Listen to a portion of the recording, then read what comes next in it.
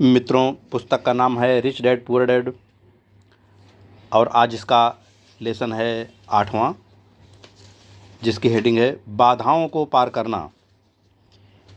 एक बार लोग अध्ययन कर लें और उनमें पैसे की समझ आ भी जाए तो भी आर्थिक आज़ादी हासिल करने के लिए उन्हें कई बाधाओं और अवरोधों का सामना करना पड़ सकता है। ऐसे 5 कारण हैं जिनके कारण पैसे की समझ रखने वाले लोग अपने संपत्ति वाले कॉलम को ज़्यादा नहीं बढ़ा पाते।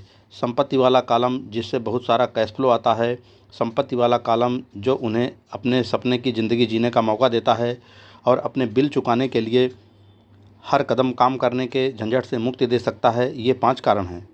नंबर 1 डर, नंबर 2 सनकीपन, नंबर 3 आलस्य, नंबर 4 बुरी आदतें, नंबर 5 जिद। अब कारण नंबर 1, पैसा खोने के डर से पार पाना। मैं कभी किसी ऐसे व्यक्ति से नहीं मिला जिसे पैसे का नुकसान अच्छा लगता हो, और मेरी ज़िंदगी में मैं कभी किसी अमीर व्यक्ति से नहीं मिला जिसने कभी भी पैसे का नुकसान न उठाया हो। परंतु मैं ऐसे बहुत से गरीब लोगों से ज़रूर मिला हूँ जिन्होंने एक दमड़ी भी नहीं खोई है। निवेश में पैसा खोने का डर स्वाभाविक है, यह हर व्यक्ति को होता है, अमीरों को भी। परंतु समस्या डर नहीं है, समस्या यह है कि आप इस डर का सामना किस तरह से करते हैं।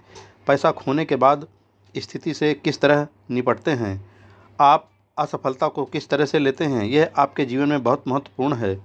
यह ज़िंदगी में केवल पैसे के बारे में ही नहीं बल्कि हर चीज़ के बारे में सही है। एक अमीर व्यक्ति और एक गरीब व्यक्ति में मूलभूत अंतर यह होता है कि वे इस तरह से किस तरह मुकाबला करते हैं।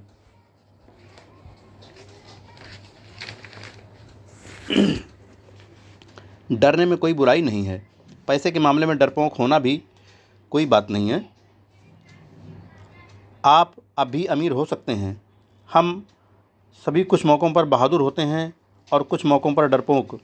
मेरे दोस्त की पत्नी एक इमरजेंसी रूम की नर्स है। जब भी वह खून देखती है वह तत्परता से काम में जुट जाती है। जब भी मैं निवेश का जिक्र करता हूँ वह भाग जाती है। जब मैं खून देखता हूँ तो मैं नहीं भागता, मैं बेहोश हो जाता हूँ। मेरे अमीर डैडी पैसे के नुकसान के डर या फोबिया को समझते थे। कुछ लोग सांपों से डरते हैं, कुछ लोग पैसा गंवाने से डरते हैं।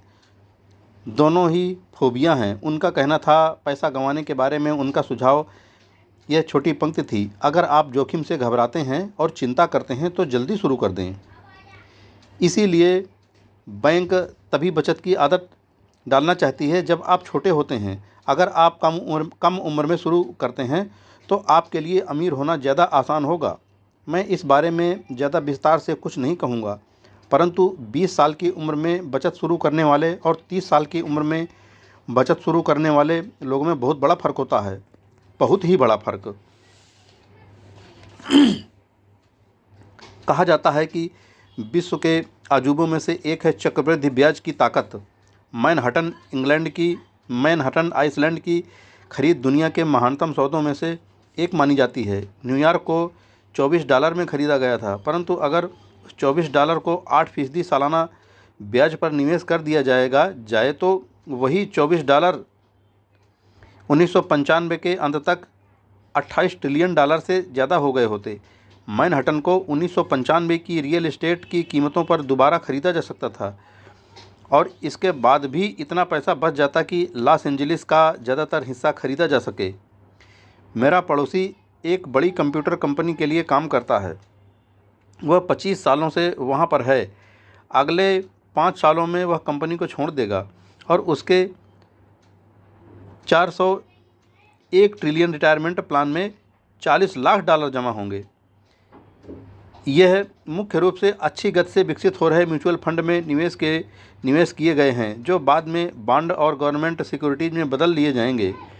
नौकरी छोड़ते समय उसकी उम्र केवल 55 साल होगी और उसके पास $3 लाख से ज़्यादा की निष्क्रिय आय होगी, जो कि उसके वेतन से ज़्यादा होगी। अगर आप हारने से डरते हैं या जोखिम लेने से डरते हैं तो भी यह किया जा सकता है, परंतु आपको जल्दी ही इसकी शुरुआत करनी होगी और एक रिटायरमेंट प्लान तो बनाना ही होगा।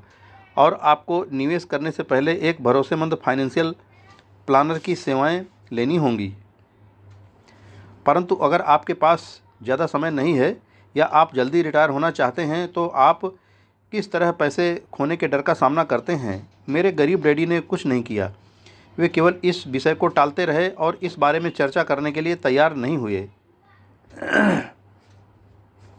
दूसरी तरफ मेरे अमीर डैडी का सुझाव था कि मैं टेक्सास के लोगों की तरह की मानसिकता रखूं। मैं टेक्सास और वहां के लोगों को पसंद करता हूं।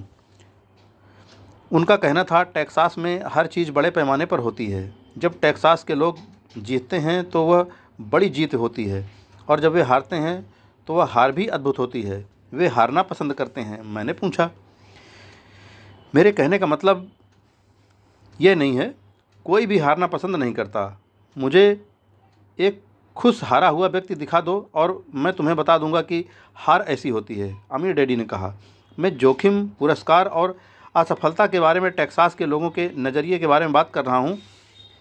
वे ज़िंदगी के बारे में इसी तरह से सोचते हैं। वे बड़े स्तर पर जीते हैं। वे यहाँ के ज़्यादातर लोगों की तरह नहीं जीते हैं जो पैसे के मामले में बिल्कुल कॉकरोच की तरह होते हैं। जब कोई उन पर रोशनी डालता है तो कॉकरोच घबरा जाते हैं। जब किराने वाला उनकी चिल्लर में से चवन्नी कम कर देता है तो वे शोर मचाने लगते हैं। अमीर डैडी समझाते रहे, मुझे टेक्सास का नज़रिया सबसे ज़्यादा पसंद है। जब वे जीतते हैं तो उन्हें खुद पर गर्व होता है और जब वे हारते हैं तो वे सेखी बघारते हैं। टेक्सास में एक कहावत है, अगर आपको दिवालिया होना है तो बड़े पैमाने पर हुआ जाए।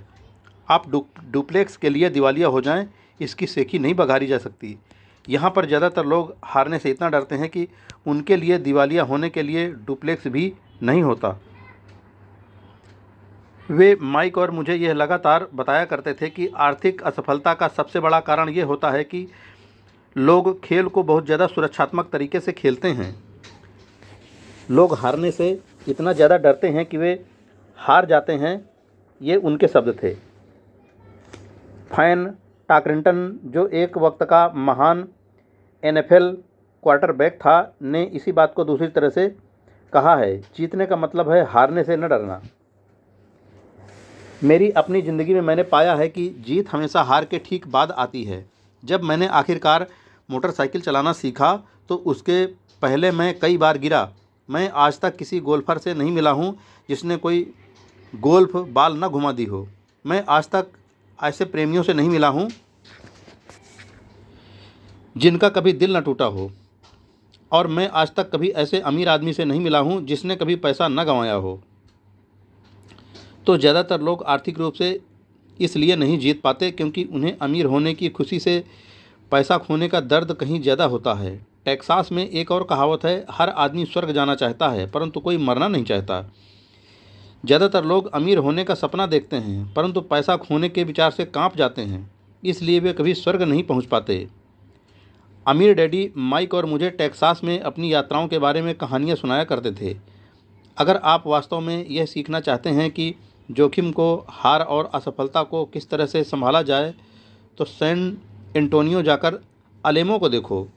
अलेमो उन बहादुर लोगों की महान कथा है जिनके पास सफलता की कोई उम्मीद नहीं थी, फिर भी ये जानते हुए भी उन्होंने लड़ने का विकल्प चुना। उन्होंने समर्पण करने के बजाय मरने का विकल्प चुना। ये पढ़ने योग्य प्रेरक कथा है। वैसे यह एक दुखद सैन्य हार है। वे आखिरकार असफल हुए, वे हार गए। तो टेक्सास के लोग किस तरह असफलता का सामना करते हैं? वे अब भी चिल्लाते हैं, अलेमो को याद रखो।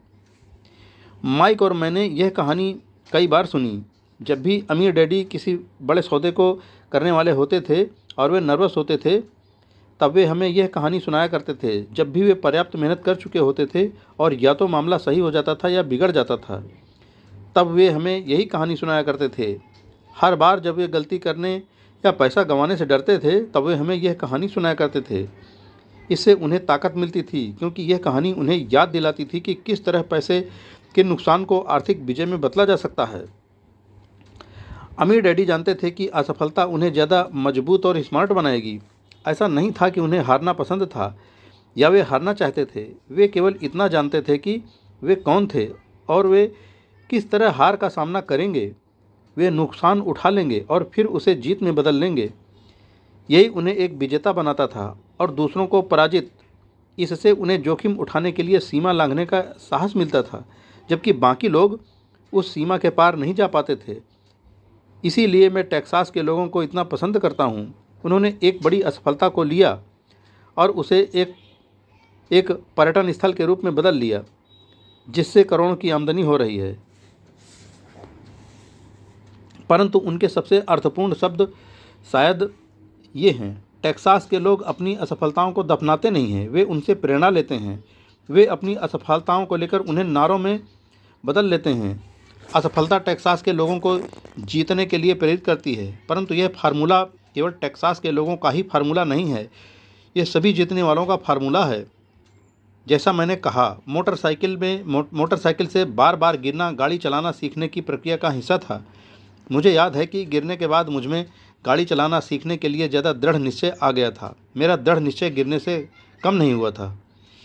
मैंने यह नहीं कहा है कि मैं कभी किसी ऐसे गोल्फर से नहीं मिला जिसकी बाल कभी गलत नहीं गई हो।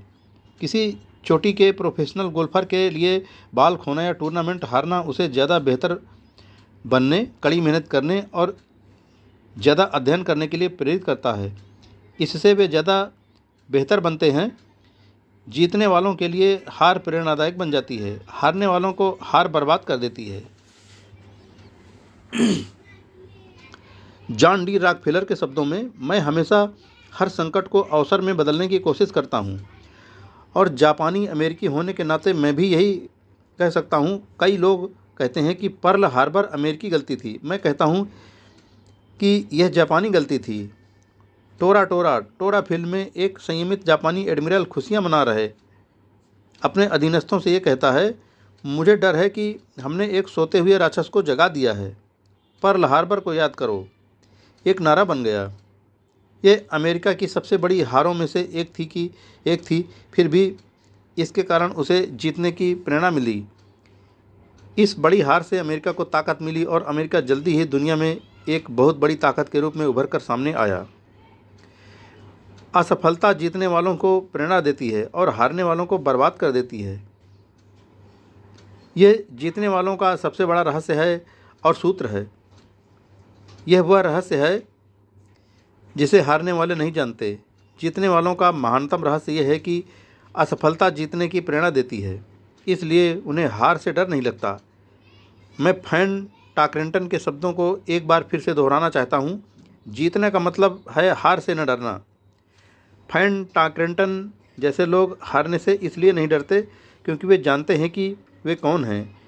वे हारने से नफरत करते हैं, इसलिए वे जानते हैं कि हार केवल उन्हें ज़्यादा बेहतर बनने के लिए प्रेरित कर सकती है।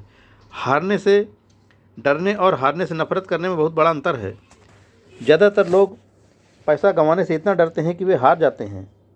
वे डुप्लेक्स के कारण ही दिवालिया हो जाते हैं। आर्थिक रूप से वे जीवन में बहुत ज़्यादा सुरक्षात्मक खेल खेलते हैं और बहुत छोटे पैमाने पर खेलते हैं। वे बड़े घर और बड़ी कारें तो खरीद लेते हैं, परंतु वे बड़े निवेश नहीं करते। वह प्रमुख कारण जिसके कारण 90% अमेरिकी जनता पैसे के लिए संघर्ष करती है, ये है कि वे हार से बचने के लिए खेलते हैं, वे जीतने के लिए नहीं खेलते। वे अपने फाइनेंशियल प्लानर्स या अकाउंटेंट्स या स्टॉक ब्रोकर्स के पास जाते हैं और एक संतुलित पोर्टफोलियो खरीद लेते हैं।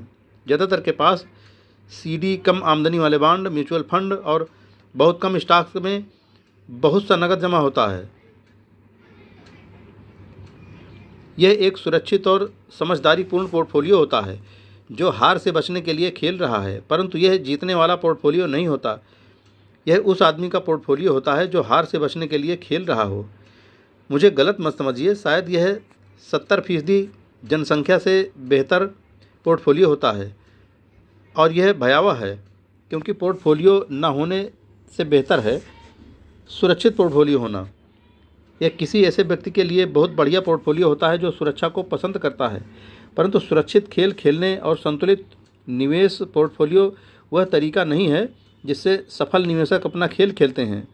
अगर आपके पास कम पूंजी है और आप अमीर होना चाहते हैं तो पहले तो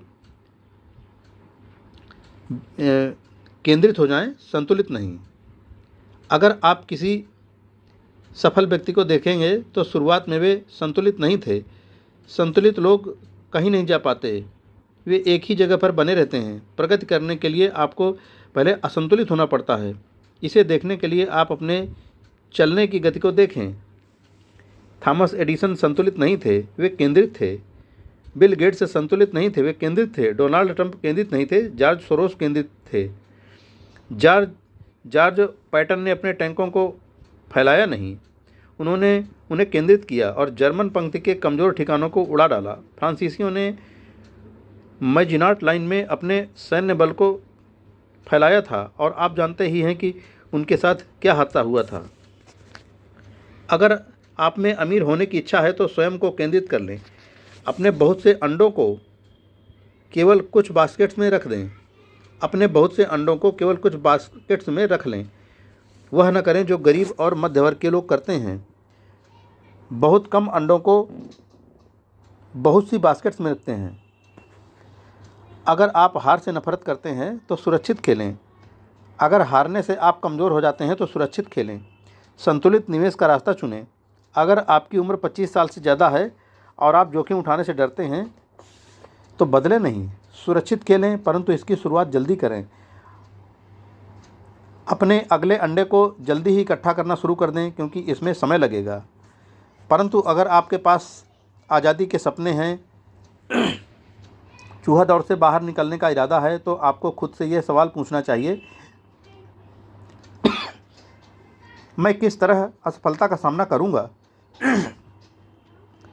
अगर असफलता से आपको जीतने की प्रेरणा मिलती है तो शायद आपको कोशिश करनी चाहिए, परंतु केवल शायद।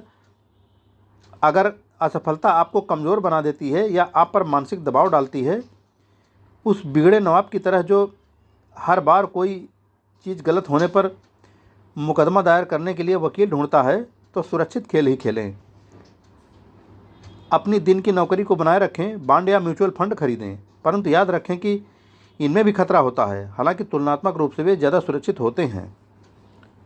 मित्रों, बाधाओं को पार करना, इस लेसन का पहला भाग हम यहीं पर पूरा करते हैं।